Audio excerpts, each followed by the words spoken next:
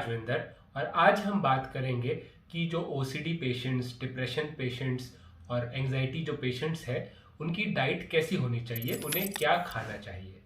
सबसे पहले हमें ये समझना चाहिए कि जो खाना है उनका वो हेल्दी बैलेंस्ड डाइट होनी चाहिए। उनको उनको जंक फूड, प्रोसेस्ड फूड अगर वो खा रहे हैं उन्हें बंद करना चाहिए। जंक फूड जैसे जो बर्गर, पिज़्ज़ा जो बहुत ही हाई फैट वाला होता है, एंड ऑल्सो जो प्रोसेस्ड फूड जो मतलब बेसिकली पैकेज्ड फूड, जैसे ये जो नमकीन वगैरह आ जाता है या जो मीठे जो केक्स बिस्किट्स जो आते हैं पैक्ड के, अगर आप घर पे बना रहे हो, फ्रेश बना रहे हो, अच्छे हेल्दी इंग्रेडिएंट्स के साथ बना रहे हो, मतलब जैसे कि मैदा की जगह आटे के साथ बना रहे हो, तब तो ठीक है। पर बाहर जो बाजार वाले जो ये जंक फूड, प्रोसेस्ड फूड है वो नहीं खाने चाहिए। एक बुक है इकिगाई, जिसमें जो ब्लू जोन्स होते हैं, ब्लू जोन्स वर्ल्ड में वो जगहें हैं जहाँ पे लोग 100 से अधिक जो साल उनकी उम्र होती है, उनकी एवरेज एज है वो ज़्यादातर लोग 100 साल से ज़्यादा ही जीते हैं। तो वहाँ पे देखा गया है कि उनकी जो डाइट होती है वो ज़्यादा वेजिटेरियन होती है, एंड ऑल्सो वो अपना जो खाना है वो पूरा भरपेट नहीं खाते। जब उनका पेट 80% भर जाता है तब वो खाना छोड़ देते हैं।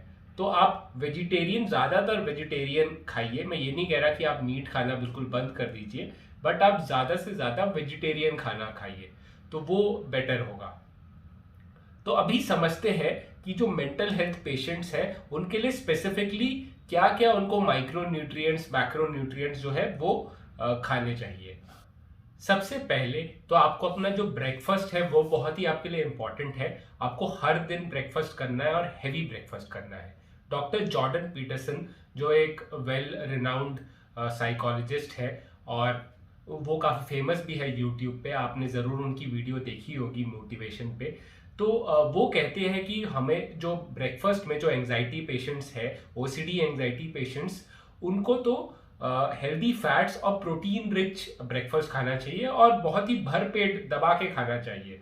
तो हेल्दी फैट्स जैसे हो गए एवोकाडो और मिल्क हो गया, एग्स हो गए, या चिकन अगर आप खाते हैं वो हो गए। उसके बाद जो प्रोटीन में भी एग्स हो गए, चिकन हो गया, और फिर दालें हो गई, और इसमें भी वेजिटेरियन में मिल्क आप खा सकते हो, सोया खा सकते हो। तो आपको प्रोटीन जो है और जो हेल्दी फैट्स है वो ज़्यादा खाने चाहिए ब्रेकफास्ट में। ब्रेकफास्ट तो आपको दवाई की तरह करनी चाहिए। अगर आपको मन भी नहीं कर रहा ब्रेकफास्ट करने का तब भी आपको खाना चाहिए, बहुत ज़रूरी है आपके लिए ब्रेकफास्ट। उसके बाद अगर हम देखा जाए कि स्पेसिफिकली हमें क्या क्या विटामिन मिनरल्स चाहिए, तो सबसे पहले है विटामिन डी। आपको विटामिन डी हर दिन आपको लेना चाहिए। ज़्यादा विटामिन डी सन में 12 से 2, जो 12 से 3 के बीच में जो दोपहर के टाइम पे अगर आप सन लेंगे तो ज़्यादा आपको विटामिन डी मिलेगा।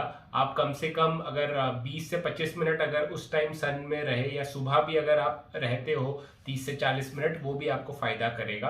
और अगर आप विटामिन डी नहीं ले पा रहे हो, अगर आप सन में नहीं जा पा रहे हो, तो आप विटामिन डी की कैप्सूल्स खा सकते हो। 600 to 1000 या 1500, 1000 से 1500 IU की आप एक टेबलेट ले सकते हैं दिन में।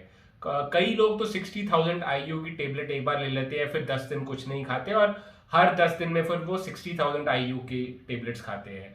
आई विल सजेस्ट कि आप 60,000 IU की भी टेबलेट खा सकते हैं, या आप 1000 से 1500 IU की भी टेबलेट खा सकते हैं। डिपेंड्स, दोनों ही सही है, दोनों ही मेडिकली जो है प्रूवन है कि वो आपको विटामिन डी देते हैं और कोई साइड इफेक्ट नहीं देते।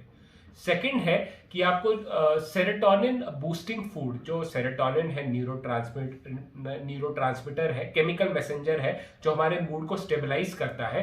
वो क्या होता है कि हमारी बॉडी में ट्रिप्टोफैन एक अमीनो एसिड है, उससे बनता है। अगर हम ट्रिप्टोफैन रिच फूड्स खाएंगे तो उससे सेरोटोनिन जो है वो बूस्ट मिलेगा हमें। तो जैसे बनाना हो गया, पाइनएप्पल हो गया, टोफू हो गया, ये सारे जो फूड्स हैं वो हमारे बॉडी में सेरोटोनिन नेचुरली बूस्ट करते हैं। और अगर आप दवाई खा रहे होगे जैसे SSRI, selective serotonin reuptake inhibitors, उसमें भी जो वो दवाई है वो सेरोटोनिन पे ही काम करता है, सेरोटोनिन का बैलेंस ठीक करता है हमारी बॉडी में। तो आप सेरोटोनिन रिच फूड खाएंगे तो आपको काफ़ी फायदा होगा OCD के लिए, एंजाइटी के लिए और डिप्रेशन के लिए भी। उसके बाद आपको सेलिनियम, एक मिनरल है, वो भी मूड को स्टेबलाइज करता है। वो रिच आप फूड भी खा सकते हैं, जैसे बीन्स हो गए, लीन मीट हो गया। लीन मीट जैसे जो मीट जिसमें फैट कम है, जैसे चिकन। और नट्स एंड सीड्स, जैसे हमारे काजू हो गए, बादाम, वॉलनट हो गए। वॉलनट तो सबने सुना ही होगा कि हमारे ब्रेन के लिए काफी अच्छा है, तो आप वो खा सकते हैं। उसके बाद हो गया एंटीऑक्सीडेंट रिच फूड। एंटीऑक्सीडेंट जो है वो हमारी बॉडी में फ्री रेडिकल्स, जो हमारी बॉडी में बनते हैं फ्री रेडिकल्स और हमारे सेल को डैमेज करते हैं वो। तो जो एंटीऑक्सीडेंट्स रिच फूड आप खाओगे तो वो जो ये सेल डैमेज है फ्री रेडिकल्स की वजह से, वो कम होगा।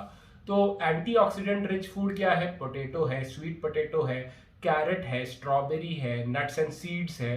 तो ये सारे आपके एंटीऑक्सीडेंट रिच हो गए। उसके बाद आपको विटामिन बी रिच फूड भी खाना चाहिए, जैसे लीफी ग्रीन वेजिटेबल्स हो गई, स्पिनच हो गया, मेथी हो गई। उसके बाद पीनट्स, बनाना, ये सारे जो है वो विटामिन बी आपको देते हैं। अगर आप विटामिन बी ये आपको कम हो रहा है, अगर विटामिन बी आप इतनी सब्जियां नहीं खा पा रहे हो, तो आपको विटामिन बी कॉम्प्लेक्स की भी आप एक गोली खा सकते हो दिन में। एक बी कॉस्यूल करके एक दवाई है, वो मैं खाता हूँ, तो दिन में आप एक वो खा सकते हो। उसके बाद आप ओमेगा 3 जो है, ओमेगा 3 रिच फूड्स भी आप खा सकते हैं, जैसे फैटी फिश हो गई, जैसे सैल्मन, टूना। या आप नट्स एंड सीड्स खा सकते हो, जैसे कि वॉलनट्स, जिसमें ओमेगा 3 होता है। या तो आप ओमेगा 3 की कैप्सूल्स आती है, वो भी आप खा सकते हो दिन में। Omega 3 is also very important for our brain. तो ये सारे जो रिच जो न्यूट्रिएंट्स है वो हमें खाने चाहिए, हमारी डाइट में होने चाहिए। अब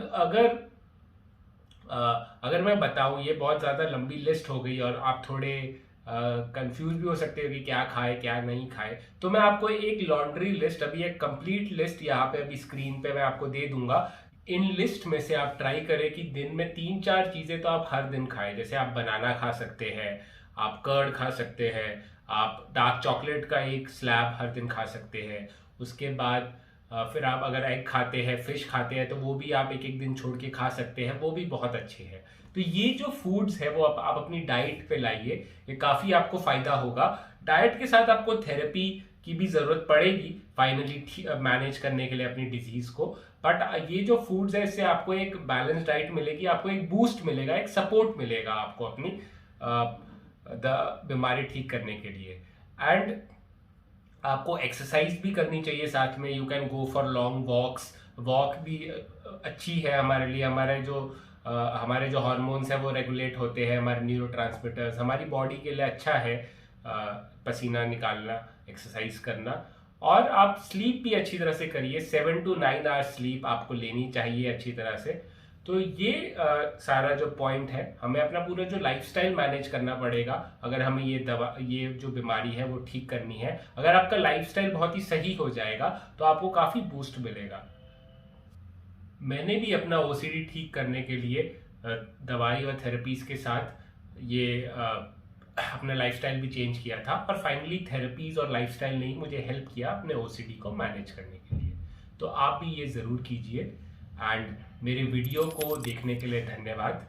और लाइफ में कोई भी प्रॉब्लम हो, कोई भी ऑब्स्टेकल हो, चाहे कितनी भी परेशानी हो, कीप फाइटिंग।